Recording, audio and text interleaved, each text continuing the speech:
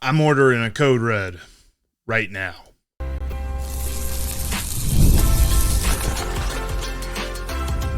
You are Locked On Reds, your daily Cincinnati Reds podcast, part of the Locked On Podcast Network, your team every day.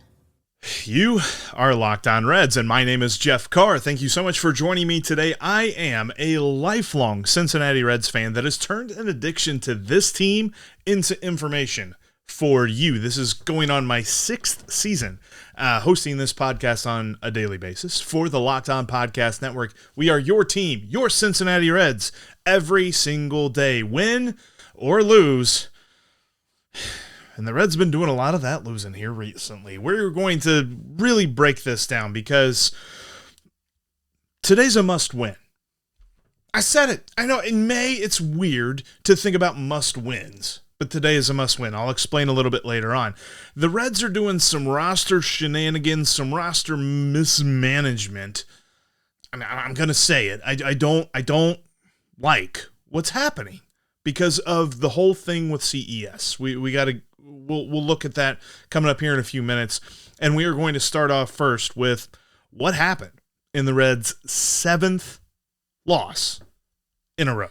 Before we do that, though, game off. We got to talk more about Monopoly Go, this fast-paced game that lets you team up with friends for tournaments and the chances to unlock some awesome prizes, unique stickers for trading, cool playing pieces, and hilarious emojis for taunting your friends. So download Monopoly Go now, free on Google Play or on the Apple App Store.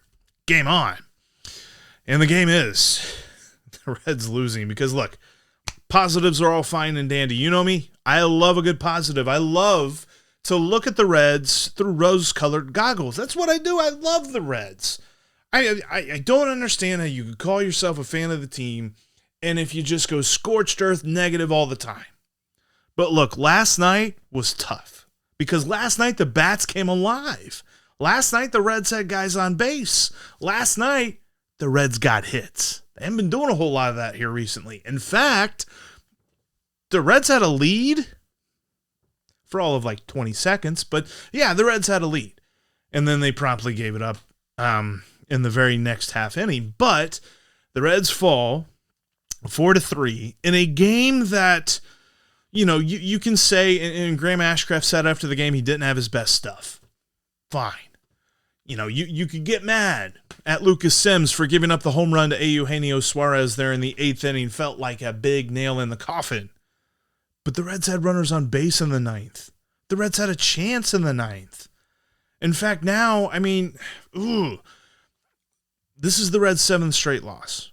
This ties them with the Marlins and the White Sox for the 2nd longest losing streak this year. And as much as I hate to admit it, this losing streak is still counting. So win today. Please win today. But 9 is the longest. The Marlins also had a 9-game losing streak on top of a 7-game losing streak earlier. But the Reds are in the same conversation as the Marlins and the White Sox right now. This is not where they should be. There should never have been a point in this season where we were talking about the Marlins, the White Sox, and the Reds doing something similar. Because the Marlins and the White Sox are trying to figure out just how much they need to rebuild. They're trying to figure out how much they need to tear down, what their future looks like, all this other stuff. The Reds have their core. The Reds have their core. Tell me I'm wrong. Tell me that the pitching staff you see right now needs to completely change.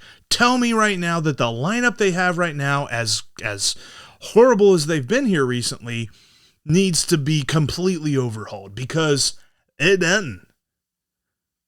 The main characters in this team is going to be this way for a while. They have hit a crazy bad slump that is being compared to one of the worst slumps in franchise history. They go back to 1971. And a lot of that is bad luck. You don't want to hear it. I don't like saying it because at the end of the day, they lost 7 straight, so don't tell me bad luck is the reason. But sometimes you hit these skids and you can't get out of them. But last night they hit. Last night they had 9 hits. Bravo! That feels like an accomplishment from what we've seen this last week. But they only scored 3 runs.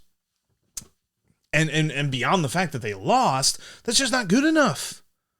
I mentioned before, and this was back when the Reds had a winning record, it feels like the Reds need to score at least 4 runs to feel good about a win on any given night. That tracked last night, and they needed 4 runs to at least extend the game. And here was the thing, because they got guys on. They hit, there were a couple of walks, there were base runners, right, to work with.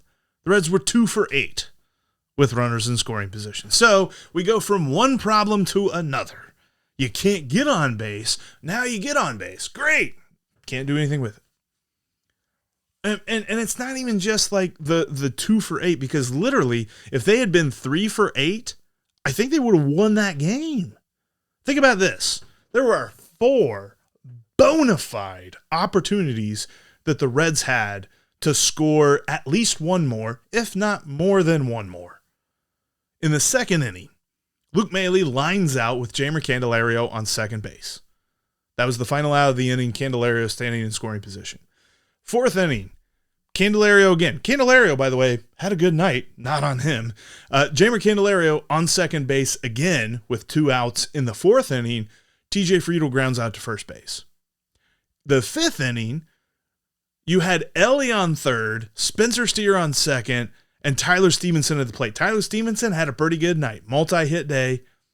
Didn't get a hit in this instance. Fifth inning, Stevenson pops out to end the threat with guys on second and third. And then in the ninth inning, the ninth inning, the Reds had Candelario on third, TJ Friedl on second. This inning started off with great vibes. Jake Fraley drawing a 10-pitch walk, coming around to score on a beautiful hit by TJ Friedl. You're thinking, maybe this is it. Maybe this is what breaks the losing skid. And it wasn't. Because Jonathan India flew out with 2 outs. And there was, there was a strikeout in there as well by Will Benson. There was a little bit of maneuvering because the Diamondbacks began the inning with and I'm blanking on the guy's name, but they began the inning with a right-handed relief pitcher. And so the 9th spot in the order was coming up. So David Bell puts Will Benson up the pinch hit. And then the Diamondbacks go get a left-handed relief pitcher who promptly strikes out Will Benson. Will Benson not looking so great against lefties here recently. But that was all to the fact that then you had India, a right-hander, a good matchup against Joe Mantiply, the left-hander relief pitcher for the Diamondbacks. Joe Mantiply wins. And look, there were a lot of at-bats that I watched that it felt like the Reds took what they were given. They get a pitch outside, they go the other way. They don't swing at bad pitches. There were a couple of at-bats that I felt like there were bad strike calls, but that's neither here nor there. Because then, when you get later on in the game, you see hero ball. You see overswings. You see guys trying to pull pitches that are on the outside. My key example of this is Ellie. Whenever I'm trying to remember, he's facing Ryan Thompson, and Ryan Thompson's a right-handed guy, so Ellie's batting left-handed. Thompson's got this beautiful sinker that breaks away from Ellie. And he throws it on the outside corner of the plate for strike 3 because Ellie swings over top of it because Ellie's trying to pull it. Doesn't work that way. And I think that's been the thing. Like, you get to a point in the game with this team and this lineup, and they just feel like they've got to win the game on this swing. And for a moment, at the beginning of this game, they took what they were given. And then they slump right back into it. And I don't know what it is about the 9th inning that they feel like that's the only inning that they can really get anything going. I wish they'd do something earlier. And they were trying to in this game. They actually scored earlier than we're used to. But look, this stretch of games that the Reds are on, we knew it wasn't going to be pretty. But the goal was not to get buried. And they're teetering on the edge of being buried right now. And it was not good. Not good at all. Speaking of what's not good, the Reds made some strange, and I mean strange, roster decisions yesterday. I'll tell you why they're so strange coming up next. This Mother's Day, get something thoughtful for Mom with DoorDash. Surprise her from wherever you are with fresh bouquets, the latest tech, gift cards, self-care treats, and more to make her day that much better. Use code LOCKEDONMLB and you'll get 50% off your next order up to $15 when you spend $15 or more on your next flour, convenience, grocery, or retail order. Now on DoorDash, you can pair flowers with a gift card of her choice. If your mom loves tech, get her a Best Buy gift card or, any other tech store gift card. If she loves books, get her a gift card to her favorite bookstore.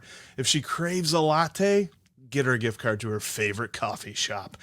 DoorDash has so many different options for you. Order now and get everything you need for Mother's Day on DoorDash. Use code LOCKEDONMLB to get 50% off your next order, up to $15 when you spend $15 or more on your next flour, convenience, grocery, or retail order now on DoorDash. That's code LOCKEDONMLB.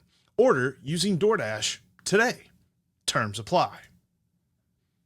We've all been there, either as a player or a fan. It's the bottom of the ninth. You got runners on base, you got runners in scoring position, but the scoreboard, it's not looking good. In fact, you got a couple of strikes against you. You're down to your last strike. So what do? You get out there, you get back in the game, and you say to yourself, it's time to pull off some bank heists and take as much as my friend's cash as I possibly can. Am I talking about baseball? No, I'm talking about Monopoly Go, the hit mobile game that over 150 million people have downloaded, and you should too, because you can join your friends on this amazing mobile version, this new version of Monopoly. They take the classic version and they put so many awesome twists into it because they've got these leaderboards where you can rate yourself, amongst your friends and see who the Monopoly tycoon is and who's going bankrupt. You can knock down your friends' landmarks with wrecking balls because you get all these great unique Monopoly boards that you get to play on with awesome landmarks that you can build. And you get these cities that they look phenomenal, but your friends can come in and knock them down too. Monopoly Go has so many options for you. You should download that today. And by the way, it's free on the Apple App Store or the Google Play. Again, download the Monopoly Go game today. Start playing with your friends. Start playing with me and see if you can beat me on the leaderboard. It's free on the Apple Store and Google Play. You've got to check out Locked On Sports today. It's a free 24/7 sports streaming channel programmed for you every single day to bring you the biggest stories in all of sports.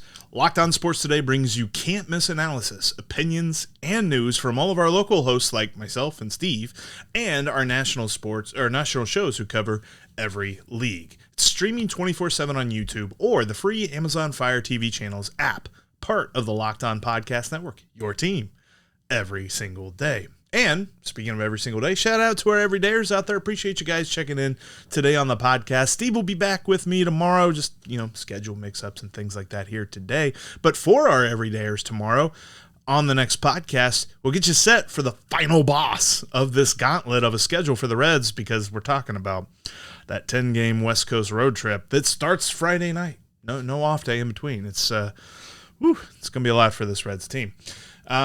And it's going to be a lot because they're going to be another man down. Christian Encarnacion-Strand was put on the IL yesterday. And it was a head scratcher. Because here's the thing. It's not a head scratcher that he is hurt. It's a head scratcher because we knew he was hurt like almost 2 weeks ago. 11 days ago, he was hit by a pitch on the wrist, on his right wrist. I'm grabbing my left hand. On his right wrist.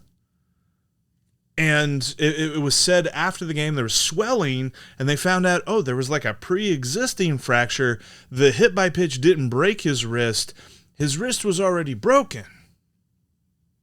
But now there's swelling there. So we got to wait for the swelling to go down. He sits on the bench for a couple of days, not playing, but not going on the IL.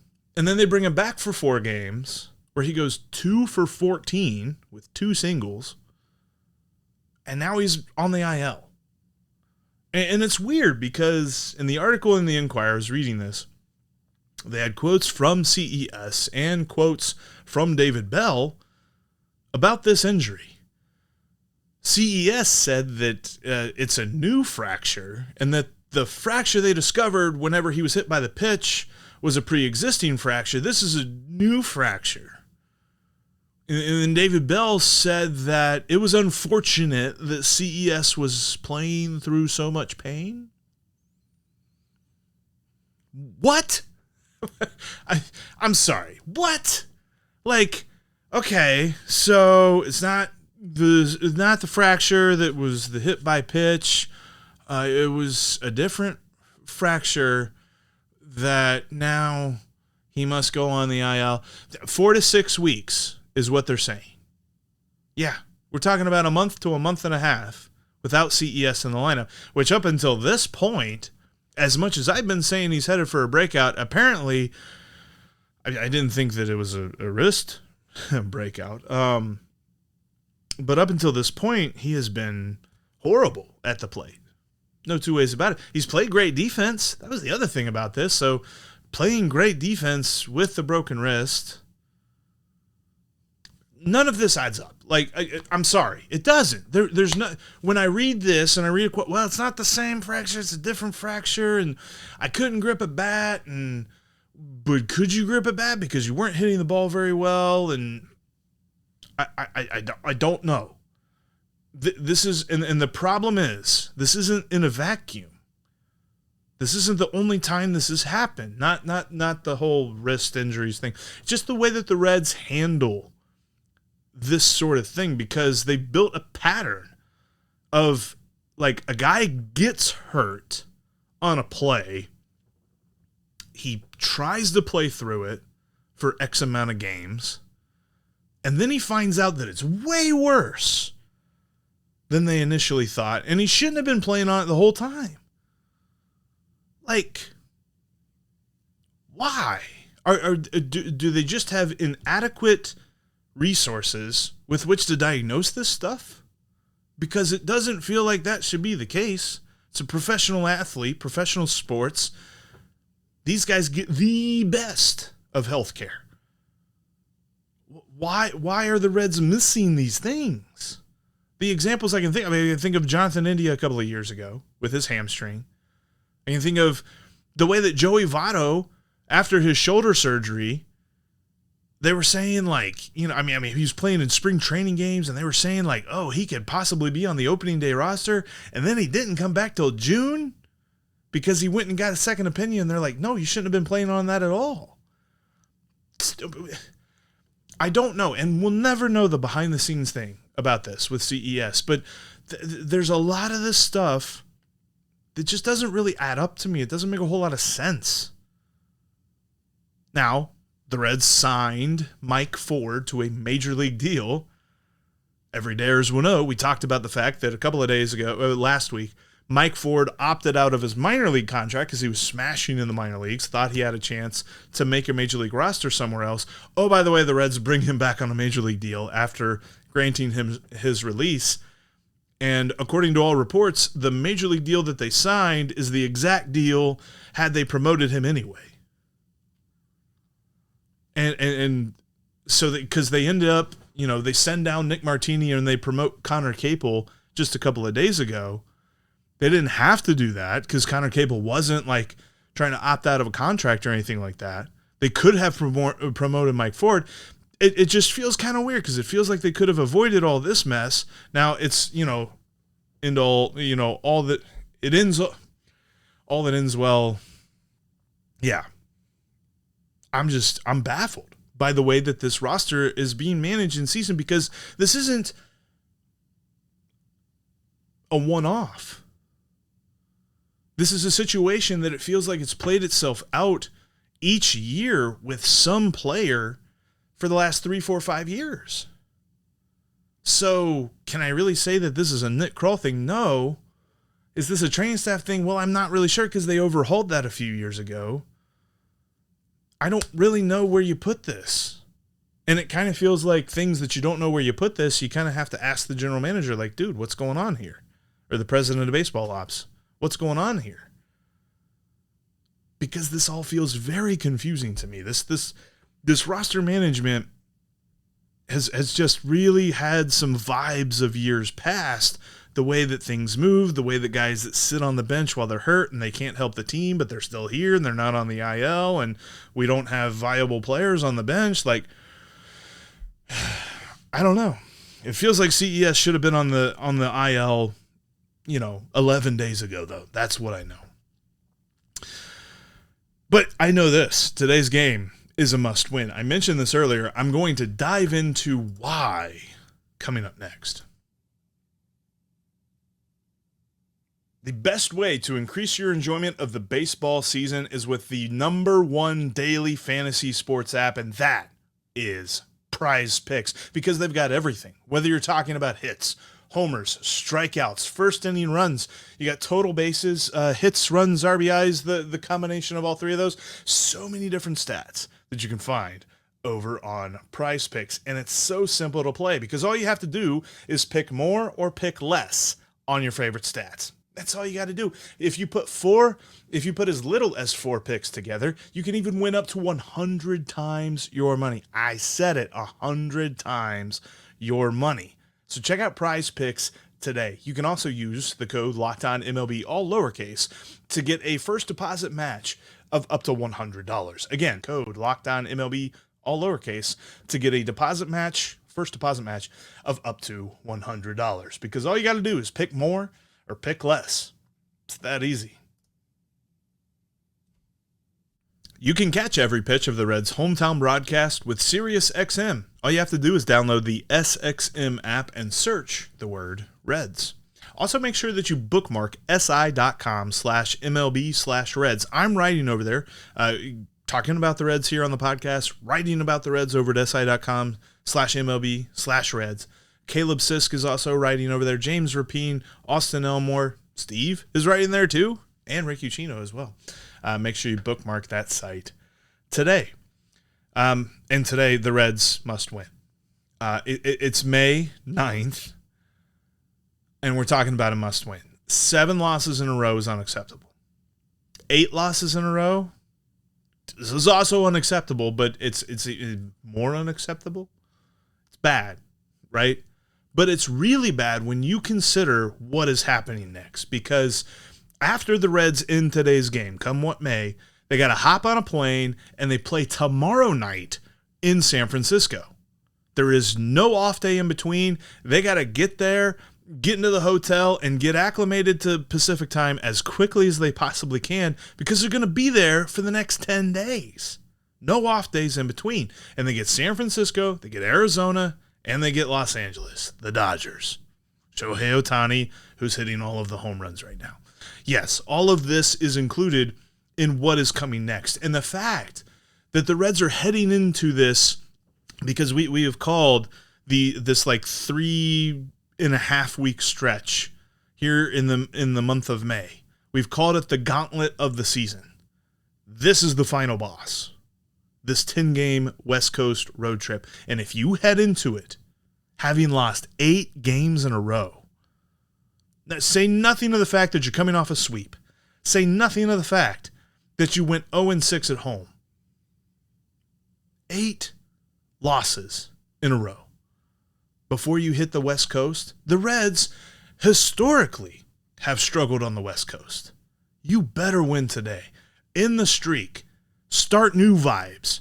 Like, I don't even know, like, I'm going to be happy. I'm going to say good vibes, baby. Let's go.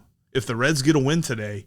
But just start some new vibes, because it feels like the current vibes around this team have been building for years. I get so many people that are hitting me up on DMs and all this other stuff where they're just like, this team's been doing this for years. And it's just like, first of all, it's not really fair to Ellie De La Cruz and guys like that we're like putting all of the failures of the past onto them. And that for some reason this 7-game losing streak now signifies every single horrible season that the Reds have had. But it just feels like you need to reset some things here. I thought they were headed for that last night. Couldn't quite get it done. And you've got the right guy on the mound. Another reason for this is there's been so many good pitching performances through this losing streak. The Reds, other than the horrible loss to end the series on Sunday against the Orioles, the Reds have not been getting destroyed. It's just it feels like when the other team scores like 3 runs, the game's over because the Reds can't get there. But they're not really allowing that many. There's been so many tough luck losses through this stretch. And you've got the guy on the mound, Hunter Greene, 15 2/3 innings in a row without allowing a run. He's got that streak to begin this game. We'll see exactly how long he can go in this game. Hopefully he continues that streak throughout his entire start today. But he is starting to show signs that he's taking that next step. Need to support him. It's a lineup. The Reds need to support him. And then the lineup itself showed signs of life. And they've got a righty on the mound for Arizona. Now, let's talk about Slade Ciccone for just a minute, because in his short career, he's only pitched a little bit of last year and now this year. In his short career, he has thrown 43 1/3 total innings. He throws a lot of strikes. He does not like to walk people. Only has 7 walks in 43 1/3 career innings. Yes, I said 7 walks across 2 years, which is pretty impressive, by the way. He doesn't really have a high ground ball ratio, but he doesn't allow hard contact. In fact, and everydayers will know I love to talk about this website, but Baseball Savant has a lot of his expected statistics really good. Like his expected batting average against is only $180. It's not good when you're talking about going up against this Reds team that's basically hitting $180 as a team. But this feels like one of those games that the Reds are lining up against the guy they should hit, and this guy's about to throw 6 or 7 shutout innings. It feels like this is setting up this lineup for failure, despite them breaking out a little bit yesterday, despite them at least ending the hitting side of the slump. We need to end the scoring side of the slump here, hopefully today.